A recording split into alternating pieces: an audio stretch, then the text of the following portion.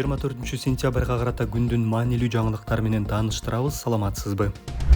Ошто 13 жашар кызды ала качып бараткан унаа кармалды. Маалыматка ылайык кызды 23-сентябрь саат 20:00 чамасында Ош эл аралык аэропортунан уурдап кетишкен. Өспүрүмдү аэропорттон тайныйсы тосуп алып, таятасын чакырып келгенче аны таппай калган. Аял милицияга кайрылган. Анын негизинде багыттамалар берилип, кызды алып бараткан Kia K5 унаасы Ноокат районунда токтотулган.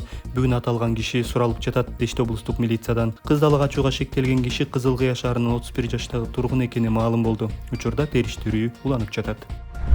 Министрлер кабинетинин төрагасы жыл соңуна чейин өлкөдөгү бардык үйлөрдү камсыздандырууну тапшырды. Акылбек Жапаров мамлекеттик органдарга мындай тапшырманы өлкөдө 2024-жыл болгон селдердин кесепеттерин жоюуга арналган кеңешмеде берди. Жапаров тобокел аймактарда жайгашкан үйлөр да камсыздандырылышы керектигин белгиледи. Анын пикиринде үйлөрдү камсыздандыруу табият кырсыктары катталган учурларда жарандарды каржылык жактан коргоону камсыз кылып, турак жайынан ажыраган үй бүлөлөр үчүн кесепеттерди азайтат. Минкабдан камсыздандырыла элек үйлөрдүн так санын айтышкан жок, бирок ÖKMдин мониторинг жана божомолдоо департаментинин 2024-жыл үчүн жарыяланган маалыматына ылайык, Кыргызстанда сел жүрүү коркунучу бар аймактарда бери дегенде эле 55 000 турак үй жайгашкан. Алардын канчасы камсыздандырылганы белгисиз. Жапаров ошондой эле сел коркунучу жаралган учурда коопсуздук чаралары боюнча калктын маалымдуулугун жогорулатуу зарыл экенин кошумчалады. Өзгөчө кырдаалдар министри Бовик Ажыкеевдин айтымында Кыргызстанда 2024-жылдын сентябрына карата 331 сел катталып, анын кесепетинен 5354 үй жабыркаган. Анын ичинен 102 зыянга учураса, 138 капиталдык оңдоого муктаж. 2024-жыл селдердин жана андан каза болгон адамдардын саны боюнча Кыргызстан үчүн рекорддук жылдардын бири болуп калды. Быйыл селден өлкө боюнча 22 адам каза болсо, алардын көбү жаш балдар.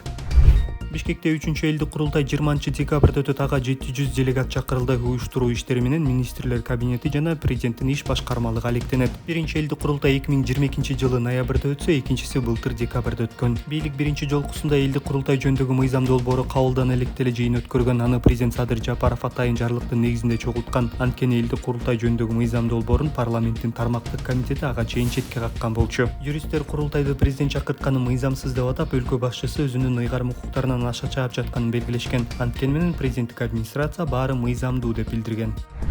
Парламенттин конституциялык мыйзамдар, мамлекеттик түзүлүш, сот укуктук маселелер жана жогорку кеңештин регламенти боюнча комитети 24-сентябрдагы жыйынында Аскар Акаевдин экс-президент макамын калыбына келтирүү тууралуу арызы боюнча убактылуу депутаттык комиссия түзүү маселесин карады. Комитет башчысы Чолпон Султанбекованын айтымында Акаевдин арызы парламентке 3-сентябрда келип түшкөн. Талкуунун жүрүшүндө депутат Гуля Кожокулова бул маселени жакшылап изилдөө үчүн убактылуу комиссия түзүү керектигин айтты. Бирок эл өкүлү Жанар Акаев мурдагы президенттин тушунда болгон окуяларды, анын ичинде Акс окуясы менен үй бүлөлүк кландык башкаруунун гүлдөгөнүн эске салды. Жыйынтыгында комитет мүчөлөрү Акаевдин арызын жогорку кеңештин кароосуна жөнөтүү чечимин кабыл алып, парламентте анын убактылуу комиссия түзүү өтүнүчүн четке кагууну сунуштады. Буга чейин президент Садыр Жапаров Акаевдин арызы боюнча комментарий берип, бул маселе боюнча чечимди парламент өзү кабыл алышы керектигин, ал өз пикирин таңуулай албастыгын айткан. Аскар Акаев Кыргызстандын биринчи качкын президенти, ал өлкөнү 15 жылдан ашык башкарган. 2005-жылдагы Жоо Казын инкылабынан кийин өлкөдөн чыгып кеткен.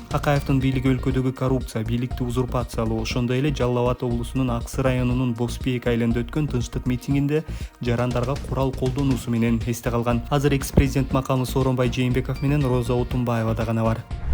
Бишкекте мамлекеттик кызматкерлерге жумасына 2 күн коомдук транспорт менен гана жүрүү сунушталды. Президенттик администрация муниципалдык кызматкерлердин жеке унаасын колдонуусун чектөө боюнча Бишкек мэриясынын демилгесин колдоду. Эми Бишкектеги бардык кызматкерлерге шейшемби жана бейшемби күндөрү коомдук транспорт менен гана жүрүү сунушталат. Мэрия бул чара мамлекеттик кызматкерлердин жүргүнчүлөрдү ташуу тармагындагы көйгөйлөрдү жакшы түшүнүшүнө жардам берет деп эсептейт. Муниципалдык кызматкерлердин жеке унааларын колдонуусуна быйыл май айында чектөө киргизилген. Анда мэриядан бул чара экологиялык кырдаалды жакшыртуу жана коомдук транспорттун абалына көзөмөл жүргүзүүнү күчөтүү максатында көтөрүлүп жатканын белгилеп, бул жол тыгындарын азайтууга да жардам берерин билдиришкен. Жакында эле мэриянын 64 жетекчиси жана кызматкерине мэрдин тапшырмасын аткарбаганы үчүн тартиптик чаралар көрүлгөн.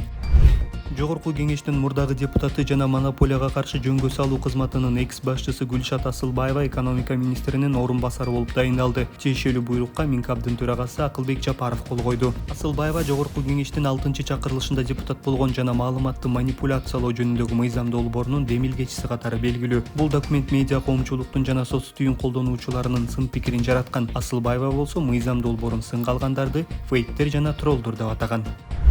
Сауд Арабиясы 2025-жылдагы ажылык зыярат үчүн Кыргызстанга 6000 орун бөлдү. Бул тууралуу Кыргызстан мусулмандарынын дин башкармалыгы кабарлады. Учурда ажылык сапарын уюштуруу боюнча атайын штаб түзүлүп, кызуу иш алып барылып жатканы айтылды.